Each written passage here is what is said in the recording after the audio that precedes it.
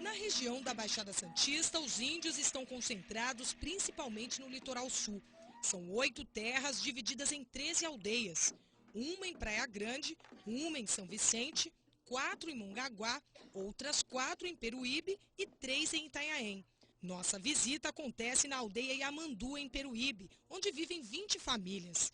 Em 1514, época da colonização, a comunidade foi retirada daqui. Alguns índios permaneceram em áreas próximas e só em 2002 a terra foi identificada como indígena pelo governo federal e eles ocuparam definitivamente o local.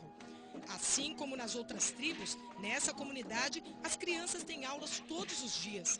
Os professores são nativos, moram aqui e são formados pela USP. A saúde dos índios também é monitorada toda semana por uma equipe de agentes. Na tribo tem gente que trabalha formalmente para a FUNAI.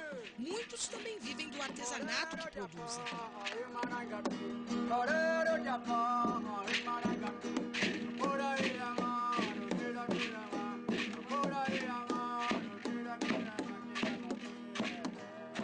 O que mais impressiona em algumas aldeias indígenas é a proximidade que essas comunidades têm hoje com a população que vive no entorno. Aqui na aldeia Yamandu, por exemplo, é muito comum visitas de pessoas que querem conhecer um pouco mais da cultura dos índios. E toda vez que um grupo entra aqui na aldeia, ele é recebido por índios, né?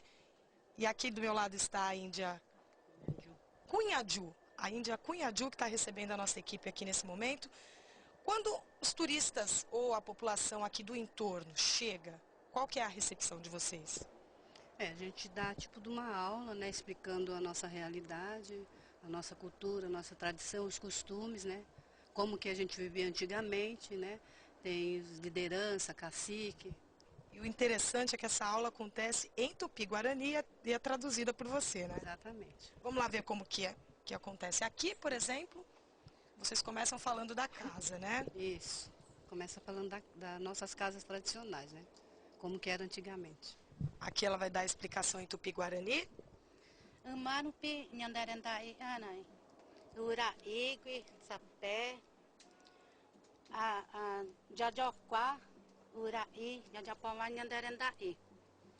O que ela disse? Então, ela diz que antigamente, né, no passado, as nossas casas eram todas assim, né, tradicionais. Né? A gente usava palha, a madeira e usava o cipó para amarrar. Pirá, soó, mandió. Arai maricoi. Depois de tatendo, ama ina, jurual japó eque. Então, ela está dizendo que antigamente, né, a gente vivia nesse modo, né? A gente fazia fogo de lenha, né, para a gente fazer os nossos alimentos tradicionais, né, como peixe, mandioca, a gente fazia até farinha, né? E antigamente não tinha luz elétrica, né? Hoje já tem, né? Então muita coisa a gente teve que adaptar, né? Quem visita a tribo é convidado a mergulhar na cultura, na música e nas danças sincronizadas. Tudo isso é importante para atrair visitantes que colaboram para a geração de renda. Mas nem todas as aldeias da Baixada Santista contam com essa fonte. Muitas estão localizadas em áreas de preservação. Segundo esse geógrafo, coordenador da FUNAI, nessas tribos as visitas são proibidas. A gente tem que mantê-los através de cesta básica, né? A própria prefeitura também ajuda, a gente tenta fazer outro tipo de trabalho para que eles possam, para geração de renda. Mas o grande problema, e que ainda tira o sono de muitas populações indígenas da região, é a incerteza da posse das áreas onde vivem. Em 2008, um empresário brasileiro tentou desapropriar terras indígenas de Peruíbe para construir um porto no local. O processo gerou polêmica, durou 2 anos até que os órgãos de proteção ao índio conseguiram impedir a aprovação do projeto. Dando pressão em cima da gente, né?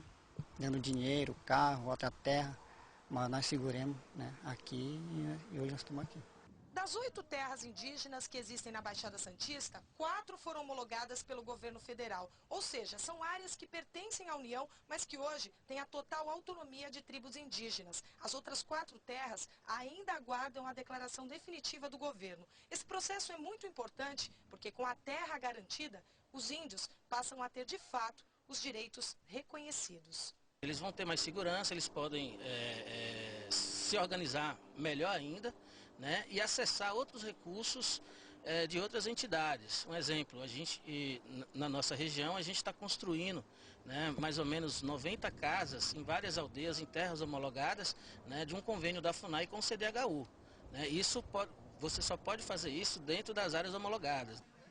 Mas também segurança nossa, né? Por causa da invasão, né? De pessoas entrando dentro da área, né? Passando.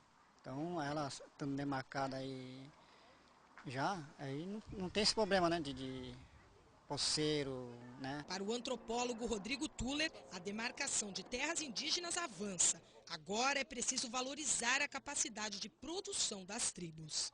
O próprio modelo de apoio aos indígenas, ele precisa ser modificado justamente para se adaptar tanto à realidade cultural dos índios como à realidade de cada território, né?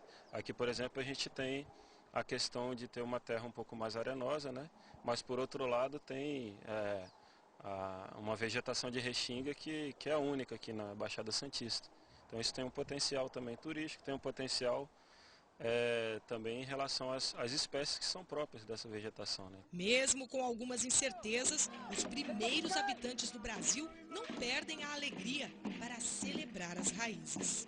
Dá para dizer que hoje os índios dessa aldeia aqui vivem felizes? Não muito, porque a gente já não tem mais onde pescar, né? A gente planta, né? Mas não dá, né, para servir a toda a comunidade, né? Então muita coisa a gente já tem que comprar fora. Mas a gente, né, preserva a nossa cultura, a nossa comida, nossos costumes.